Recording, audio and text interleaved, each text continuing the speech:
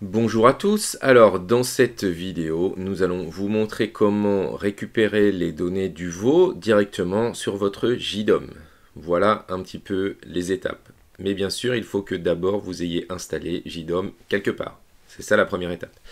Ce que l'on va vous montrer ici pour Uvo Connect est aussi possible pour les voitures Tesla. Et on va vous montrer ça rapidement, même si on ne pourra pas aller jusqu'au bout du test, puisque nous ne possédons malheureusement pas de Tesla.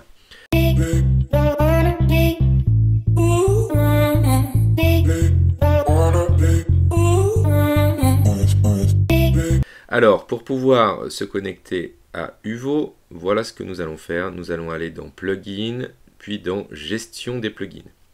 Et ici, nous avons la possibilité d'ajouter un plugin, d'aller sur le market ou de synchroniser si par exemple vous aviez déjà acheté des choses et qu'elles n'apparaissent pas ici. Donc là ici on va aller sur market, puisque nous avons déjà lié le market, eh bien on est automatiquement reconnu. Dans la recherche nous allons taper Uvo. Et là ici nous avons l'application Uvo Connect ici qui apparaît. Donc regardez, je vais vous montrer, il y en a plusieurs qui sortent, mais celle qui nous intéresse c'est celle-ci. Alors comme je l'ai déjà acheté, en fait cette application est à 4 €, donc vous allez devoir l'acheter. Moi je l'ai déjà acheté, donc je ne vais pas la repayer ici. Ensuite je vais faire installer, et donc il me dit que mon plugin est bien installé. Si vous avez une Tesla, c'est la même chose. Je vais dans Plugin, Gestion des plugins, ici dans Market, et je vais du coup, hop, chercher Tesla, et là, du coup, j'ai un plugin qui est ici à 10 €. Voilà, donc soit vous avez un code promo, soit vous n'avez pas de code promo, et donc vous cliquez sur Acheter. Moi, bien évidemment, je ne vais pas le faire. Voici un petit peu ce que ça va donner. En termes de configuration, c'est à peu près la même chose que ce qu'on a fait pour le Kia. Voilà. Et vous allez avoir de la même manière tout ce qui est charge, tout ce qui est décharge. Et nous allons pouvoir faire des scénarios. Voilà, c'est le même principe, exactement la même chose, avec des fois un peu plus de détails, notamment sur mes trajets, chose que nous n'avons pas encore sur le plugin de chez Kia. Une fois que vous avez installé le plugin, vous allez cliquer ici sur Activer. Et nous allons devoir ici rentrer le nom d'utilisateur, le mot de passe et le code PIN que vous saisissez pour valider une action. D'accord? Donc moi je vais rentrer ici les informations que je vais masquer. Hop, donc je saisis mon utilisateur, je saisis mon mot de passe et je saisis mon code PIN. Alors dans la région, en fait, on peut choisir Uvo Connect Europe, USA ou Canada. Donc pour nous, ce sera Europe. Voilà, une fois que l'on a fait ça, il faut sauvegarder. Et ici, ensuite, nous allons avoir le démon qui doit se lancer. Voilà, donc s'il ne se lance pas, on fait un petit rafraîchir ici, et sinon on va ici faire un relancer, voilà, de manière à ce qu'il puisse se lancer maintenant qu'on a rentré le nom d'utilisateur, le mot de passe et le code PIN. Donc vous avez vu, l'installation met un tout petit peu de temps. On se retrouve une fois que c'est fini. Une fois que ça a été validé ici, je vais devoir cliquer sur démarrer. Et je vais devoir attendre pour vérifier que le statut ici reste bien en OK. Des fois, il passe en OK et il redevient rouge. Et dans ce cas-là, ça veut dire que ça n'a pas bien fonctionné. Si tout ça, c'est bon. Ensuite, ici, quand on va dans Gestion, Objet connecté, Kia Uvo, vous allez cliquer sur Ajouter. Vous allez rajouter Iniro.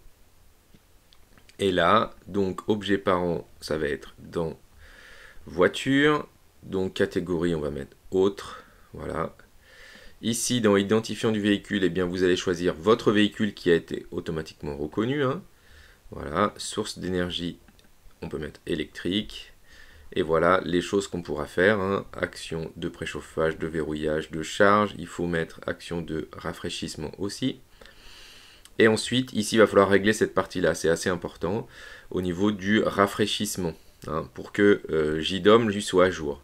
Donc il ne faut pas trop mettre des petites données parce que sinon vous allez avoir la batterie de la voiture qui peut du coup vite faiblir, hein. Donc fréquence de mise à jour d'UVO, donc là il n'y a pas de souci parce que c'est entre UVO Connect et entre JDOM, donc on pourrait mettre 1 minute, hein, ça fonctionnerait bien. Fréquence de mise à jour depuis le véhicule, donc par défaut il nous met 360 minutes, donc ça c'est beaucoup quand même, hein. Notamment si vous voulez vérifier la charge. Donc moi je vais mettre plutôt 30 minutes. La mise à jour de l'odomètre, donc ça c'est le nombre de kilomètres qu'on a, c'est pas très important. Et la mise à jour de la position, et bien ça je ne veux pas le mettre à jour automatiquement, je veux le faire uniquement manuellement. Ensuite là c'est important, les options de préchauffage, voilà à combien je veux mon véhicule, hein, puisqu'il va le saisir automatiquement dans l'application. Donc moi je vais mettre 20. Activer le chauffage et dégivrage, activer le dégivrage. Donc on va laisser tout ça coché et je vais cliquer sur sauvegarder en haut à droite.